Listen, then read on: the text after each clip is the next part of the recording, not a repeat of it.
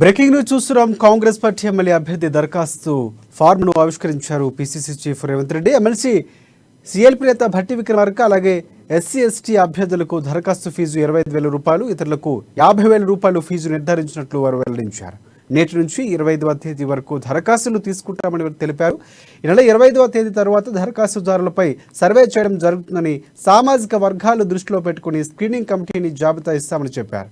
Screening committee పేర్లను final చేసి Congress central election కమిటీకి పంపిస్తామని, సెంట్రల్ ఎలక్షన్ కమిటీ అభ్యర్థులను ప్రకటిస్తుందని వెల్లడించారు. ఇప్పటి వరకు అభ్యర్థులు ఫైనల్ అయ్యారని జరిగే ప్రచారం నమ్మొద్దని కూడా, కార్యకర్తలు తప్పుదోవ పట్టించవద్దని కూడా కోరారు.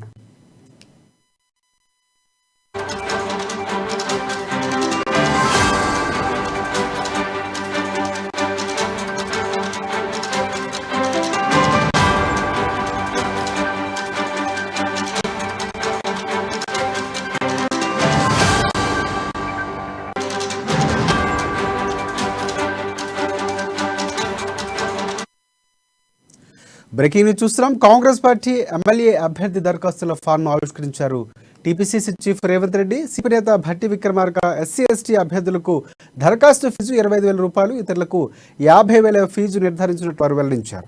ఇక నేటి నుంచి 25వ తేదీ వరకు దరఖాస్తులు తీసుకుంటామని తెలిపారు. ఇక ఈ నెల 25వ తేదీ తర్వాత దరఖాస్తుదారులపై సర్వే చేయడం జరుగుతుందని, సామాజిక వర్గాలు దృష్టిలో పెట్టుకుని స్క్రీనింగ్ కమిటీకి జాబితా ఇస్తామని కూడా చెప్పారు. స్క్రీనింగ్ కమిటీ పేర్లను ఫైనల్ చేసి కాంగ్రెస్ సెంట్రల్ ఎలక్షన్ కమిటీకి పంపిస్తామని, సెంట్రల్ ఎలక్షన్ కమిటీ అభ్యర్థులు ప్రకటిస్తుందని వెల్లడించారు వారు. అప్పటి వరకు అభ్యర్థులు ఫైనల్ అయ్యారని జరిగే ప్రచారం నమ్మవద్దని, కార్యకర్తలకు తప్పుదోవ పట్టించవద్దని కూడా కోరారు ఇరువురు నేతలు. ఇక దీనిపై మరిన్ని అప్డేట్స్ అందించేందుకు మా ప్రతినిధి హరీష్ మనకి లైవ్లో సిద్ధంగా ఉన్నారు. ఎస్ హరీష్, చెప్పండి. రైట్, రాజశేఖర్ అయితే తెలంగాణ అసెంబ్లీకి సంబంధించిన ఎన్నికలకు సంబంధించిన అభ్యర్థులకు దరఖాస్తుకు సంబంధించి కాసేపటి క్రితమే సిఎల్పి నేత భట్టి విక్రమార్క టీపీసీసీ రేవంత్ రెడ్డి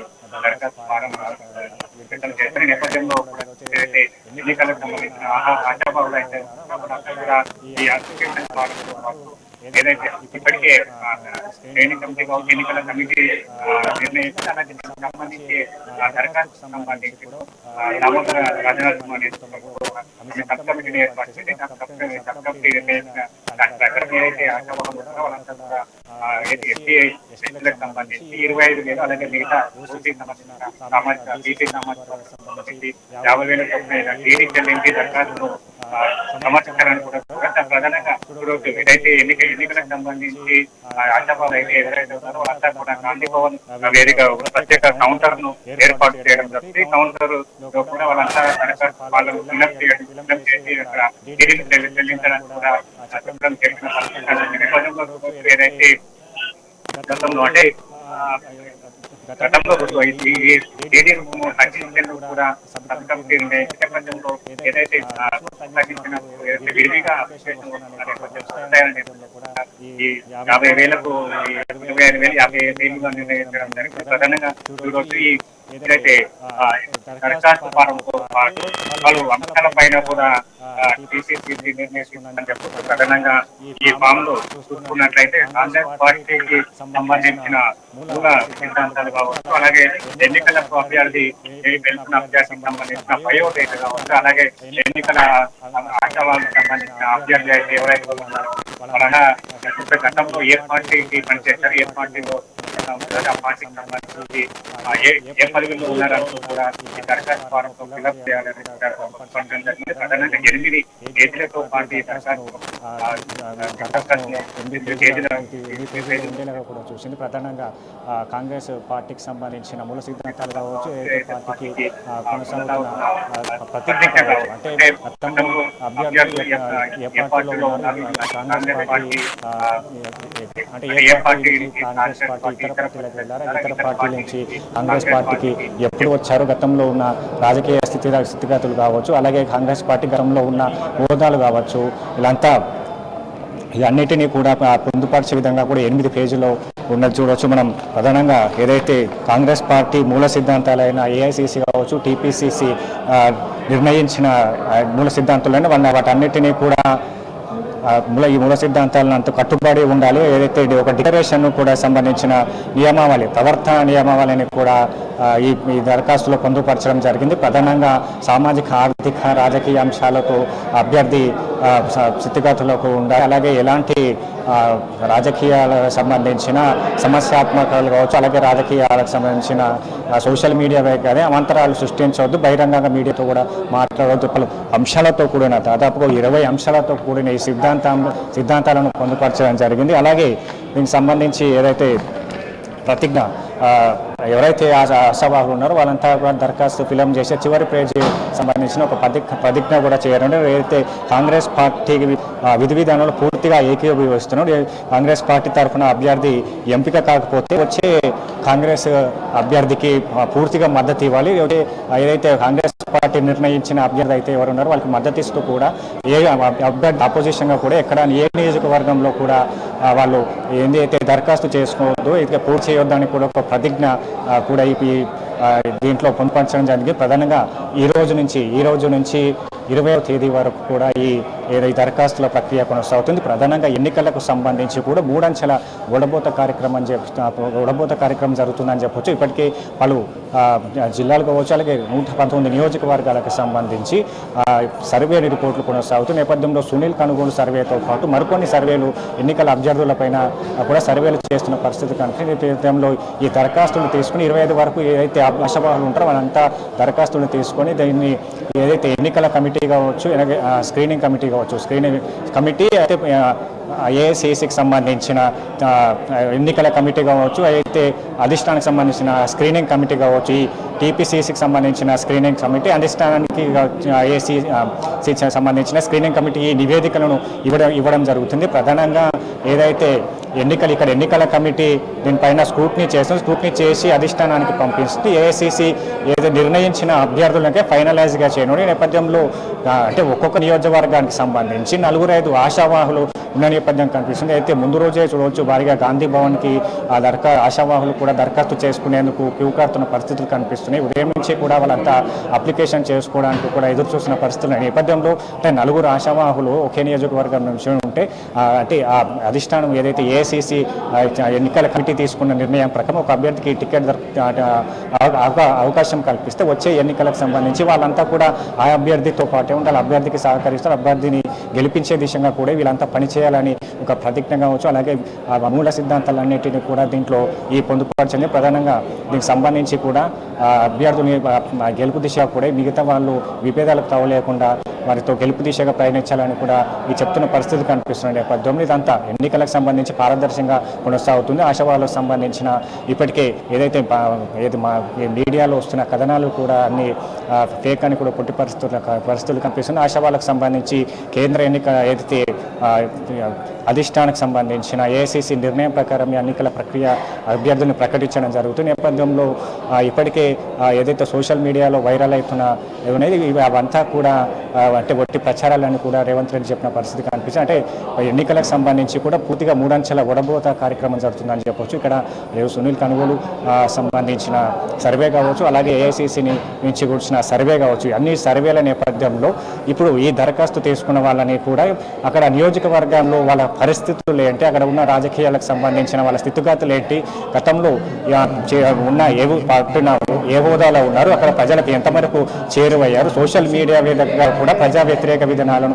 ఏ విధంగా ప్రశ్నిస్తున్నారు అనే పలు అంశాలపైన కూడా పూర్తిగా ఈ దరఖాస్తు కోరిన నేపథ్యంలో కూడా వీటన్నిటిని పైన కూడా అక్కడ సర్వే రిపోర్టులు కావచ్చు, ఇక్కడ స్క్రీనింగ్ కమిటీ కావచ్చు, ఇదంతా కూడా ఈ జాబితాను నివేదికను సిద్ధం చేస్తుందని చెప్పవచ్చు. ప్రధానంగా వచ్చే ఎన్నికలకు సంబంధించి పూర్తిగా సర్వే రిపోర్టుల ఆధారంగా చేసుకొని కావచ్చు, అలాగే ఇప్పుడు తీసుకున్న దరఖాస్తు ఫారం ఆధారంగా ఈ సర్వే కొనసాగుతుంది. సర్వే రిపోర్ట్ నివేదికలను అక్కడ ఏఐసిసికి అలాగే సంబంధించి ఏఐసిసికి పంపడం జరిగితే ఏఐసిసి నిర్ణయించిన అభ్యర్థికే టికెట్లు దక్కడం జరుగుతుందని కూడా చెప్తున్న పరిస్థితి నేపథ్యంలో కూడా ఈ రోజు నుంచి 25వ తేదీ హరీష్ ప్రధాన గతంలో కూడా చూసుకుంటే అంటే కాంగ్రెస్ పార్టీ నుంచి గెలిచినటువంటి చాలామంది ఎమ్మెల్యేలు అధికార పార్టీకి వెళ్ళిపోయినటువంటి పరిస్థితి కనిపిస్తుంది. అంటే ఈ నేపథ్యంలోనే ఇక్కడ ఉన్నటువంటి దరఖాస్తులకు సంబంధించి 20 అంశాలు 8 పేజీలతో రూపొందించడం కూడా ఖచ్చితంగా ఏ పార్టీకి వెళ్లకుండా ఉండాలి పగడ్బందీగా ప్లాన్ చేసినట్టు కూడా మనం అనుకోవచ్చు. గత అనుభవాలు దృష్టిలో పెట్టుకుని దీన్ని రూపొందించాలనుకోవచ్చు. అలాగే ఇంకోటి ప్రధానంగా మాట్లాడుకుంటే అంటే ఇప్పటికే చాలా వరకు ఆశావాహులు ఉన్నటువంటి పరిస్థితి కనిపిస్తుంది. ఈ ఏదైతే జాబితాకు సంబంధించినటువంటి అభ్యర్థులు దరఖాస్తు విడుదల చేసిన నేపథ్యంలో ఎప్పటి వరకు మొదటి లిస్ట్ వచ్చే అవకాశం కనిపిస్తుంది? ఏమైనా ఒక కొలికి వచ్చే అవకాశం ఏమైనా ఉందా? దానికి సంబంధించిన సమాచారం ఏమైనా ఉందా? ఖచ్చితంగా రాజశేఖర్ ఏదైతే దీనికి సంబంధించి కూడా ఏదైతే కర్ణాటక ఎన్నికల ఫార్ములాని ఇక్కడ అప్లై చేస్తున్న నేపథ్యంలో కూడా అంటే ఇదే ఫార్ములాను కర్ణాటకలో అమలు చేయడం జరిగింది. ప్రధానంగా సంబంధించిన ఈ దరఖాస్తుల ప్రక్రియ కావచ్చు, అలాగే కర్ణాటకలో దీనికి సంబంధించిన డీడీ రుసుములు ఇలాంటి రుసుములతో కూడా ఈ దరఖాస్తులను అక్కడ తీసుకోవడం జరిగింది. ఆ నేపథ్యంలో వచ్చిన అంటే గతంలో కంటే భిన్నంగా కూడా ఇక్కడ టీపీసీసీ కర్ణాటక ఫార్ములాని అమలు చేస్తుంది కాబట్టి ఈ దరఖాస్తును తీసుకోవడం జరిగింది. నేపథ్యంలో అంటే గతంలో ప్రకటించే ఆశావాహులు అయితే ఉన్నారో అంతా టికెట్కి సంబంధించి కూడా ఇక్కడ టీపీసీసీ కావచ్చు, అక్కడ అధిష్టానానికి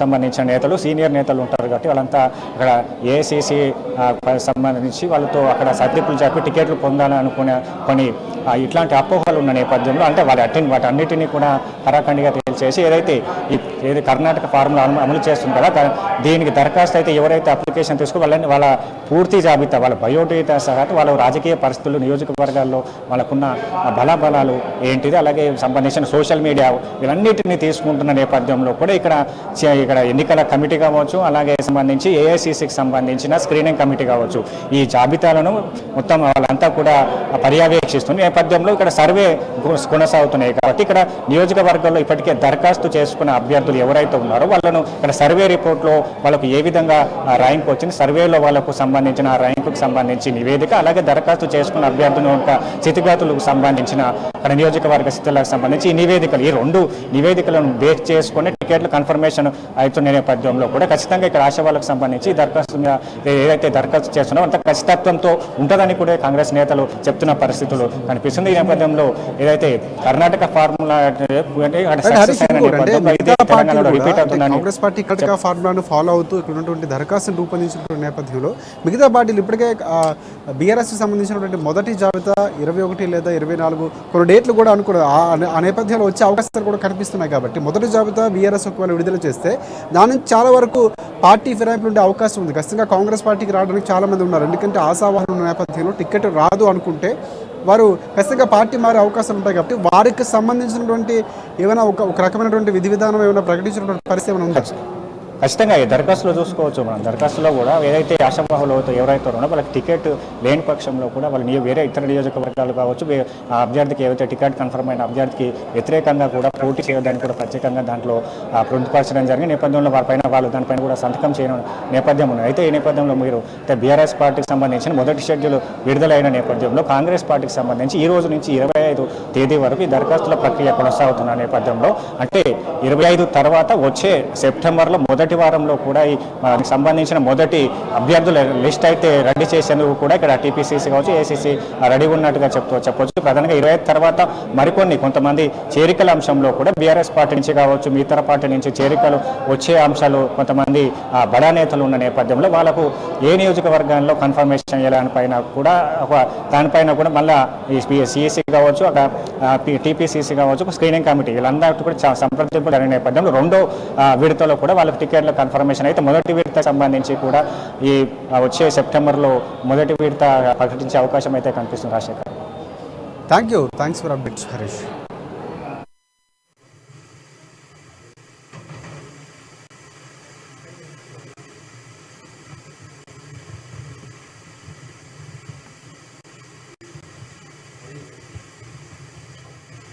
కార్యకర్తలల్లా తెలంగాణ ప్రజలల్లా గదరగోళం సృష్టించకండి. అభ్యర్థుల యొక్క ప్రక్రియ ఇప్పుడే ప్రారంభమైంది. ఈ రోజు నుంచే దరఖాస్తులు ఇవ్వడం జరుగుతుంది కాబట్టి గతంలో టీవీలలో పేపర్లలో అక్కడక్కడ ఎవరైనా నాయకులు ఏదైనా సందర్భంలో నాతో సహా ఏదైనా సందర్భంలో అక్కడ ఏదైనా మాట్లాడి ఫలానా వాళ్ళు అభ్యర్థులు అని ఏదైనా చెప్పినరానో ప్రకటించినరానో ఫలానా వాళ్ళు మాకు హామీ ఇచ్చిండ్రని ఇప్పటి వరకు ఏవైతే చర్చలు జరుగుతున్నాయో ఊహాగానాలు జరుగుతున్నాయో వాటన్నిటికీ దయచేసి పులి స్టాప్ పెట్టండి. ఈ రోజు నుంచి దరఖాస్తులు స్వీకరించే ప్రక్రియ మొదలైంది. ఈ ప్రక్రియ 25 వరకు దరఖాస్తుల స్వీకరణ జరుగుతుంది. 25 తర్వాత ప్రదేశ్ ఎలక్షన్ కమిటీ వీటన్నిటిని కూడా కంపెల్ చేసి నియోజకవర్గాల వారీగా వచ్చిన దరఖాస్తులన్నిటిని కూడా నమోదు చేసి వాటిని ఆల్రెడీ జరుగుతున్న సర్వేలకు వీటిని కూడా సర్వే ఏజెన్సీలకు పంపడం జరుగుతుంది.